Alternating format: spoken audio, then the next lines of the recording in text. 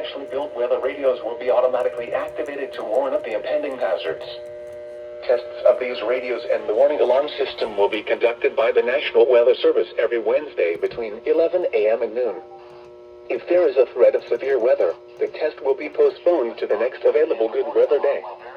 Reception of this broadcast and the warning alarm will vary at any given location. At greater distances from the transmitter will occur even though you are using a good quality receiver in perfect working order. To provide the receiver in perfect working order. To provide the most consistent warning service possible, the warning alarm will only be activated for warnings in selected watches affecting the listening area.